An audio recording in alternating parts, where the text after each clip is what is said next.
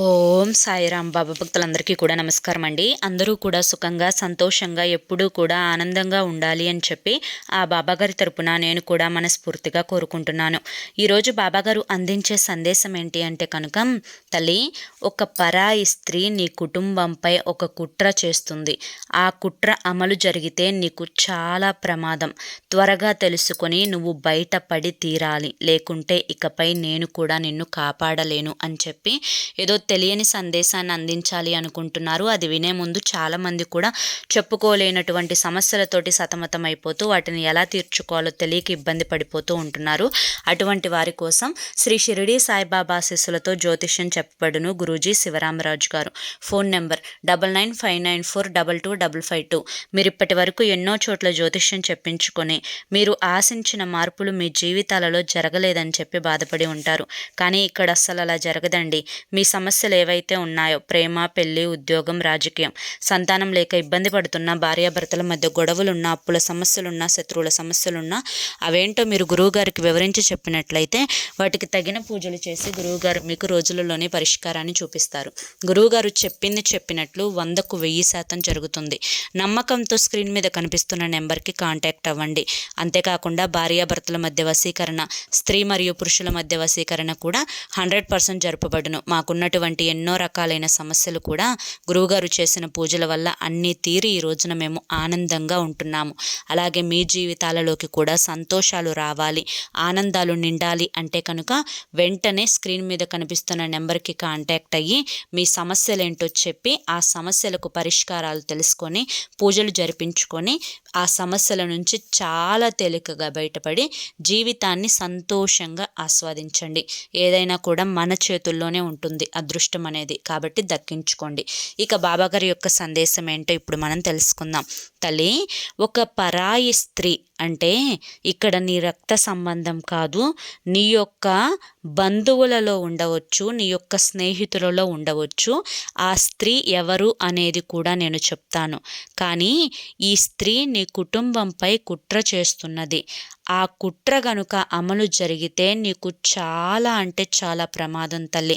త్వరగా నువ్వు తెలుసుకొని బయటపడాలి, లేదంటే నేను కూడా నిన్ను కాపాడలేను. ఎందుకంటే ఎప్పుడైనా కానీ ఒక మోసం జరుగుతుంది అన్నా కానీ, ఒకరు నిన్ను మోసం చేస్తున్నారు అన్నా కానీ, ఒకరు నీకు నష్టం చేస్తున్నారు అన్నా కానీ, చేసేవారిది ఎంత తప్పు ఉంటుందో దానిని కనుక నువ్వు గ్రహించలేకపోతే నీది కూడా అంతే తప్పు అవుతుంది. ఎందుకంటే ఒక వ్యక్తిని పూర్తిగా నువ్వు నమ్మినప్పుడు మాత్రమే ఆ వ్యక్తి నిన్ను మోసం చేయగలుగుతాడు. అదేవిధంగా ఒక వ్యక్తికి నీ యొక్క చేతి తాళాన్ని పూర్తిగా అందించినప్పుడు మాత్రమే ఆ వ్యక్తి నిన్ను పూర్తిగా ఎలాగైనా కానీ తొక్కి నీ యొక్క ధనాన్ని తీసుకోవాలి అని చెప్పి చూస్తాడు. అంటే ఇక్కడ అవకాశం అనేది నువ్వే ఇచ్చావు అని చెప్పి అర్థం చేసుకోవాలి. కాబట్టి ఇకపై ఆ అవకాశం తన దగ్గర నుంచి నువ్వు ఎలా తీసుకోవాలి, ఇక నుంచి ఇవ్వకుండా ఉండాలి అంటే ఏం చేయాలి, ఇంతకు ఆ స్త్రీ ఎవరు అనేది నేను వివరించి చెప్తాను. అయితే ఇక్కడ నువ్వు నీలో పడిపోతున్న ఆ యొక్క ఆందోళన, నీలో ఉన్న అమాయకత్వం, నిన్ను పట్టి పీడిస్తున్న ఒక రకమైన మానసిక బాధ, ఇవన్నీ కూడా నీ నుంచి దూరం కావాలి అంటే ఏం చేయాలి, నీ కష్టం నీ నుంచి దూరమయ్యి నువ్వు సంతోషాల వైపు అడుగు పెట్టాలి అంటే ఏం చేయాలి అనేది చెప్తాను. జాగ్రత్తగా తెలుసుకో బిడ్డ.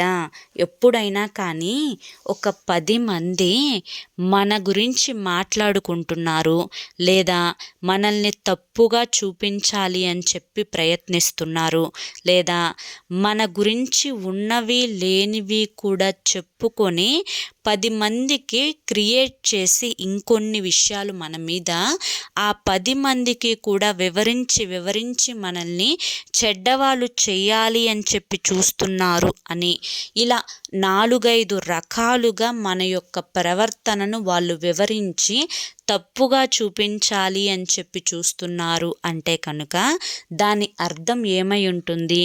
ఒకటి, వారు మనల్ని చూడలేని తనం అదైనా అయి ఉంటుంది.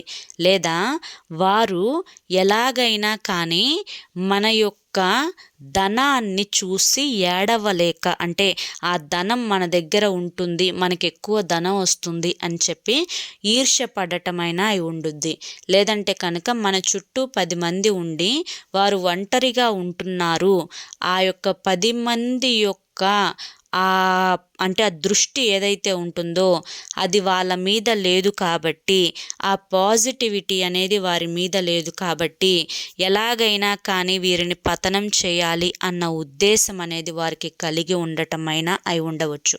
ఏది ఏమైనా కూడా అలా ఒక వ్యక్తి నీ గురించి ఏడుస్తున్నారు అంటే కనుక వారి దగ్గర లేనిది ఏదో నీ దగ్గర ఉంది అని చెప్పి నువ్వు తెలుసుకోవాలి. కాబట్టి ముఖ్యంగా నువ్వు తెలుసుకోవాల్సిన విషయం ఏంటి అంటే కనుక తల్లి, ఎప్పుడైనా కానీ ఆ ఏడ్చేవారు ఎవరు అనేది నీకు పూర్తి అవగాహన ఉంటుంది. కాబట్టి అలా ఏడ్చే వారికి నువ్వు ఎంత దూరంగా ఉంటే అంత మంచిది. నీకు వారు ఎంత దగ్గర వాళ్ళైనా కానీ ఆ ఏడ్చే వారికి మాత్రం నువ్వు దూరంగా ఉండాలి. ఇక తరువాతది, కేవలం అవసరమైనప్పుడు మాత్రమే నీతో మాట్లాడటం, అవసరాలు గడిపించుకోవడం, అవసరం తీరిపోయిన తర్వాత పక్కకు వెళ్ళిపోతాం.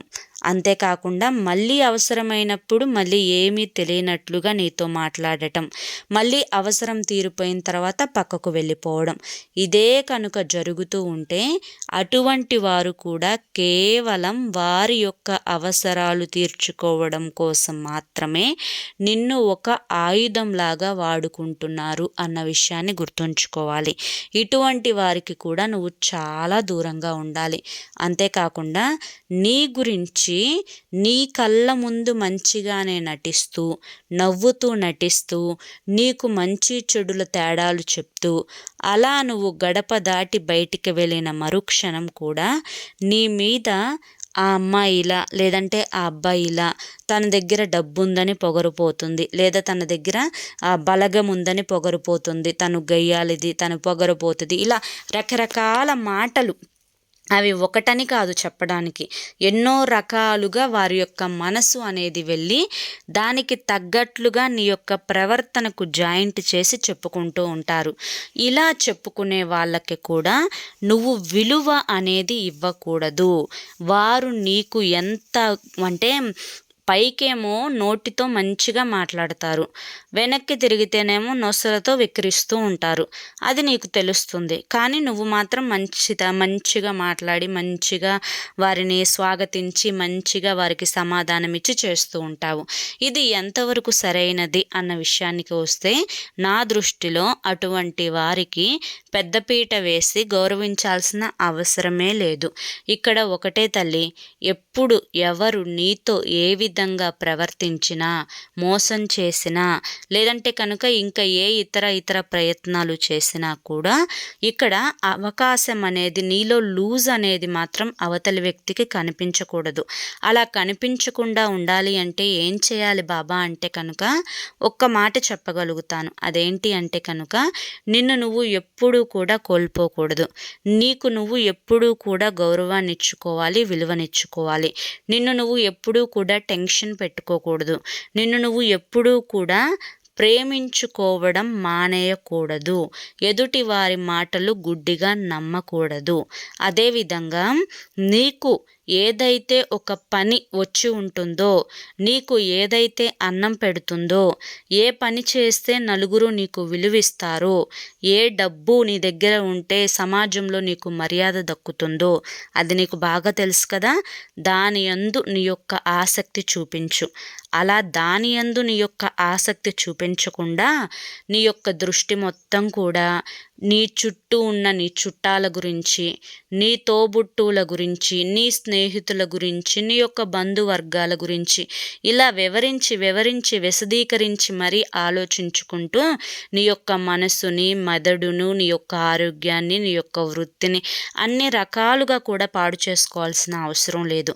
అసలు ఎవరి గురించైనా కానీ ఎందుకు ఆలోచించాలి? ఆలోచించడం వల్ల నువ్వు సాధించేదేంటి? నీ ఆలోచన వల్ల వారిలో మార్పు వస్తుందా? లేదా వారు నీకు గౌరవాన్ని ఇస్తారా? లేదా ప్రేమను చూపిస్తారా? ఇక్కడ ఏది కూడా జరగదు తల్లి. కాబట్టి ఒక్క విషయాన్ని గుర్తుంచుకో, ఎప్పుడైనా కానీ మనకి మనమే ముఖ్యం. మనల్ని మనమే ప్రేమించుకోవాలి, మనల్ని మనమే గౌరవించుకోవాలి. మనల్ని ఎప్పుడైతే మనం ప్రేమగా చూసుకోవడం, మన సెల్ఫ్ కేర్ మనం చూసుకుంటామో ఆటోమేటిక్గా మన గురించి పక్కన వాళ్ళకి కూడా విలువ పెరగటం అనేది స్టార్ట్ అవుతుంది. ఎప్పుడైనా కానీ వారు ఏమనుకుంటారో వీరు ఏమనుకుంటారో అని చెప్పి నీ యొక్క పనులను త్యాగం చేయాల్సినంత అవసరం లేదు. అదే కాకుండా వారికి ఇష్టానుసారంగా నీ పనులను మార్చుకోవాల్సిన అవసరం లేదు. వారికి ఇష్టానుసారంగా నీ యొక్క ప్రవర్తనను కానీ నీ యొక్క నడవడికను కానీ మార్చుకోవాల్సిన అవసరం లేదు. ఇక్కడ ఇది నీ జీవితం. నీ జీవితం అనేది నీకు నచ్చినట్లుగా బ్రతకాలే తప్ప ఒకరు భిక్ష వేస్తేనో లేదంటే కనుక ఒకరి కింద నువ్వు ఆశిస్తేనో శాసిస్తేనో వారి యొక్క చెప్పు చేతల్లో బతకాల్సినంత అవసరం లేదు తల్లి. ఎందుకంటే అటువంటి బానిస బ్రతుకులు బ్రతికే రోజులు ఎప్పుడో బ్రిటిషోల కాలంలోనే పోయాయి. కాబట్టి ఇప్పుడు ఒకరి మాట, ఒకరి కింద భయపడటం, ఒకరు చెప్పినట్లుగా వినటం ఇటువంటివి చేయకూడదు. అలా అని చెప్పి తల్లిదండ్రులు చెప్పిన మాట వినకుండా మాత్రం ఉండకూడదమ్మా. ఎందుకంటే వారు ఏది చెప్పినా కూడా నీ మంచి కోసం, నీ భవిష్యత్తు కోసం, నీలో గొప్ప మార్పు రావడం కోసం, లేదా నువ్వేదన్నా సాధించడం కోసమే చెప్తారే తప్ప నిన్ను నాశనం చేయాలి అని చెప్పి ఏ రోజు కూడా చెప్పరు. కాబట్టి తల్లిదండ్రులను ప్రేమించు, దైవాన్ని నమ్ము. నువ్వు చేసిన వృత్తిని కూడా దైవంగా భావించి దాని అందు కూడా నువ్వు శ్రద్ధను చూపించావు అంటే కనుక ఆటోమేటిక్గా సక్సెస్ అనేది నీకు వచ్చేస్తుంది.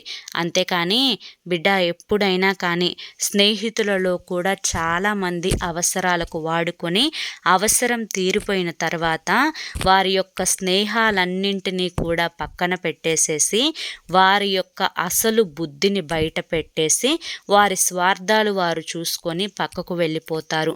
స్నేహం అనే మొత్తులో నిన్ను లాక్కొని వారు అనేక చెడు వ్యసనాలకు బానిసలుగా మార్చి ఎన్నో మాయమాటలు చెప్పి నీలో వీక్నెస్ని కనుక్కొని దానికి తగ్గట్లుగా నిన్ను తిప్పుకోవాలి అని చెప్పి ప్రయత్నిస్తారు. ఎప్పుడైనా కానీ ఎదుటివారు ఏదన్నా చెప్పినప్పుడు, ఏదన్నా కానీ మాట్లాడాలి అన్నప్పుడు, లేదా ఏదైనా కానీ నిన్ను శాసించినప్పుడు, నీకేదైనా సలహా ఇచ్చినప్పుడు నువ్వు ఇది నేను చేయొచ్చా చేయకూడదా, దీనివల్ల ఉపయోగం ఏంటి, ఒకవేళ చేస్తే నష్టపోతానా, లేదా వీరు చెప్పిన మాట వినడం వల్ల నాకేదైనా సమస్యలు వస్తాయా, లేదా ఎవరితోనన్నా గొడవ వస్తుందా అని 1కి 10 సార్లు ఆలోచించుకొని నిన్ను నువ్వు నష్టపెట్టుకోకుండా ఉండే పనైతేనే వారి మాట వినాలి తప్ప మొహమాటానికి పోయి వారి మాటలు మాత్రం ఎట్టి పరిస్థితులలో కూడా వినొద్దు. ఈ యొక్క ప్రపంచం అంతా కూడా స్వార్థంతో, ఈర్ష్యతోటి, అసూయతోటి నిండిపోయింది. కాబట్టి ఈ యొక్క స్వార్థపు జీవితాలలో, ఈ యొక్క అసూయ నిండిన ప్రపంచంలో ఎంతవరకు మంచిగా ఉండాలో నువ్వు అంతవరకు మంచిగా ఉండు. అంతేకాని ఒకరు నిన్ను తొక్కుతున్నా కానీ మంచిగా ఉండాల్సిన అవసరం లేదు. ఒకరు నిన్ను అవమానపరుస్తున్నా కానీ మంచిగా ఉండాల్సిన అవసరం లేదు. నీతో వారు చెడ్డగా మాట్లాడితే వారి యొక్క చెంప పగల కొట్టేటట్లుగా నీ సమాధానం ఉండాలి. నీతో వారు చెడుగా ప్రవర్తించాలి అని చెప్పి చూస్తే వారి తాట తీసే విధంగా నీ యొక్క ప్రవర్తన అనేది ఉండాలి. ఎక్కడా కూడా లొంగాల్సిన అవసరం లేదు, తగ్గాల్సిన అవసరం లేదు. మనకి భగవద్గీతలో కూడా చెప్పిన మాట ఏంటి, శ్రీకృష్ణుడు ఏం చెప్పారు, ఎవరు నీతో ఏ విధంగా ప్రవర్తిస్తే వారితో కూడా నువ్వు అదే విధంగా ప్రవర్తించాలి అని చెప్పి. ఇక్కడ బంధువులు, స్నేహితులు, ఇంకా ఏ ఇతరమైన బంధాలు అడ్డు పెట్టుకొని అధికారాన్ని చూపించాలి అని చెప్పి చూసినప్పుడు నవ్వుతూనే చెంప పగల కొట్టే సమాధానాలు అనేవి ఇవ్వచ్చు. తెలుసుకో బిడ్డ, ఎప్పుడైనా కానీ మనుషులతోటే జాగ్రత్తగా ఉండాలి. జంతువులతో ప్రేమ చూపిస్తే ప్రేమను చూపిస్తాయి, వాటి మీద నమ్మకం పెట్టుకుంటే మన నమ్మకాన్ని నిలబడతాయి. కానీ మనుషులు అలా కాదు. అవసరాలు ఉన్నంత వరకే అమ్మా అంటారు, అవసరం తీరిపోయిన తర్వాత నీ అమ్మ అంటారు. కాబట్టి ఇటువంటి మనుషులతో చాలా జాగ్రత్త సుమా. ఇక ఆ పరాయి స్త్రీ ఎవరనేది చెప్తాను, జాగ్రత్తగా విను. ఈ పరాయి స్త్రీ అనేది నీ యొక్క రక్త సంబంధం కాదు, నీ యొక్క కుటుంబంలో ఒకరు. ఈ కుటుంబంలో ఒకరు ఎవరు అంటే కనుక తను కూడా వేరే కుటుంబం నుంచి నీ కుటుంబంలోకి అడుగుపెట్టిన స్త్రీ. మీ ఇద్దరి ఇంటి పేరు కూడా ఒక్కటే అయి ఉంటుంది. నీకు తోడుగా వచ్చిన స్త్రీ ఎవరు అనేది ఇప్పుడు నీకు బాగా తెలిసే ఉంటుంది కదా. ఈ స్త్రీ నీవు ఎప్పుడైతే ఈ ఇంటికి అడుగు పెట్టావో అప్పటి నుంచి కూడా నిన్ను అనేక రకాలుగా నాశనం చేయాలి అని చెప్పి చూస్తుంది.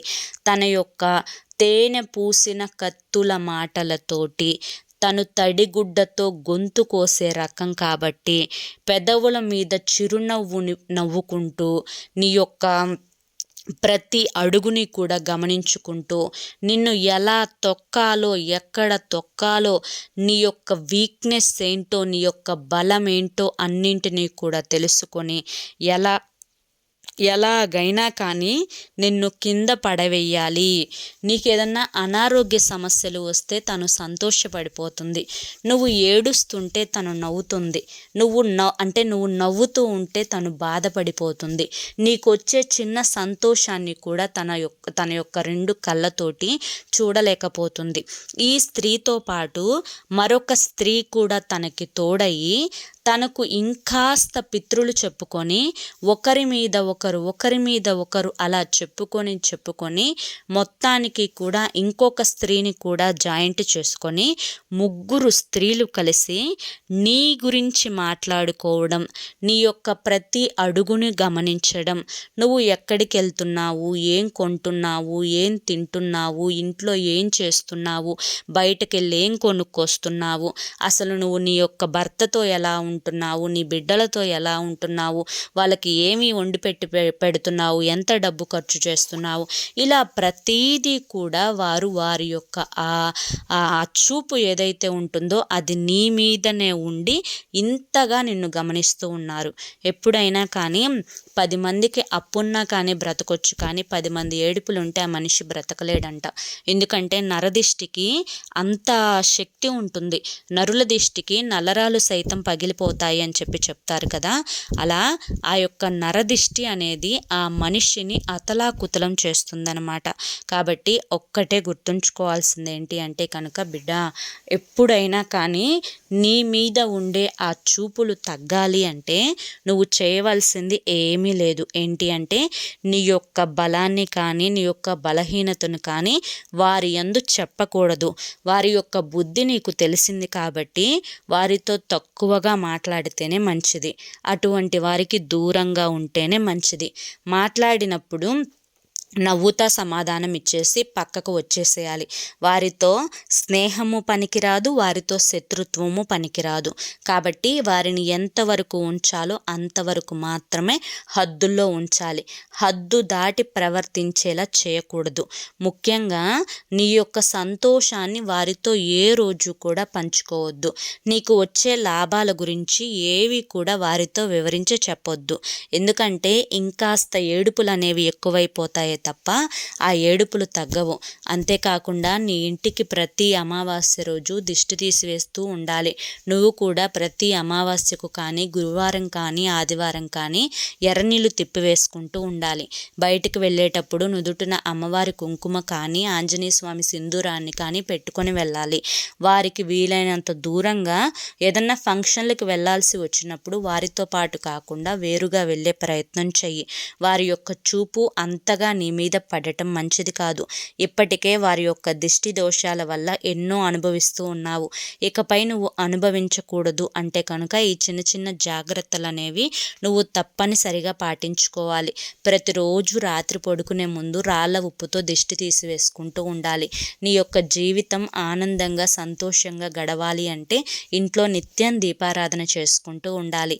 మనసులో వేటి గురించి ఆలోచించకుండా, ఎవరి గురించి ఆలోచించకుండా ప్రశాంతంగా ఉంచుకొని టైంకి తిని టైంకి నిద్రపోయి టెన్షన్ పడకుండా ఆనందంగా ఉంటే నీ జీవితం అంతా కూడా సంతోషంతో నిండిపోతుంది. అర్థమైందా తల్లి అని చెప్పి ఈరోజు బాబాగారు మనకి ఆ పరాయి స్త్రీ ఎవరు అని చెప్పారు. అదేవిధంగా ఆ పరాయి స్త్రీ కుటుంబం మీద కుట్ర. ఏం కుట్ర అంటే అది అసలు చెప్పలేనిది. మీరు ఎలాగైనా కానీ నాశనం అవ్వాలి అని చెప్పి అవకాశం దొరికినప్పుడల్లా కూడా ఏదో ఒక రకంగా నీ కుటుంబ సభ్యులలో ఒకరిని నీకు వ్యతిరేకంగా మార్చాలి అని చెప్పి చూస్తున్నారు. అది అమలు జరిగితే నీకే చాలా ప్రమాదం. కాబట్టి అలా ఆ అవకాశాన్ని వారికి ఇవ్వకుండా అది తిప్పికొట్టే విధంగా చేసుకోవడం పూర్తిగా నీ మీదనే ఆధారపడి ఉంటుంది, నీ తెలివితేటల మీదనే ఆధారపడి ఉంటుంది. లేకపోతే నేను కూడా కాపాడలేను. నీకు భగవంతుడు తెలివితేటలు ఇచ్చాడు కాబట్టి వాటిని ఉపయోగించుకో అని చెప్పి ఈరోజు బాబాగారు మనకి చాలా చక్కటి సందేశాన్ని అందించారండి. మరి ఈ సందేశంలో ఎంతో గొప్ప ఆంతర్యం ఉంది, మనం అర్థం చేసుకోవాలి. కానీ మీ అందరికీ కూడా ఈ సందేశం నచ్చింది, అర్థమైంది అని చెప్పి అనుకుంటున్నాను. నచ్చింది, అర్థమైంది అని చెప్పి అనిపిస్తే ఈ వీడియోకి ఒక లైక్ ఇవ్వండి. లైక్ ఇచ్చిన వెంటనే హైప్ అని వస్తుంది, హైప్ ఇవ్వండి. మొదటిసారి మన ఛానల్లోకి వచ్చినట్లయితే మన ఛానల్ని సబ్స్క్రైబ్ చేసుకొని మన సాయి పిలుపు ఛానల్ని సపోర్ట్ చేయండి. కింద కామెంట్ సెక్షన్లో ఓం సాయిరామ్ అని చెప్పి కామెంట్ చేయడం మాత్రం మర్చిపోవద్దు. రేపు మరొక మంచి వీడియోతోటి మళ్ళీ కలుసుకుందాం. అంతవరకు కూడా బాబాగారి యొక్క ఆశీస్సులు మీ మీద, మీ కుటుంబ సభ్యుల మీద ఎల్లకాలం ఉండాలి అని చెప్పి మనస్ఫూర్తిగా కోరుకుంటూ సర్వేజన సుఖినో భవంతు. ఓం సాయిరామ్.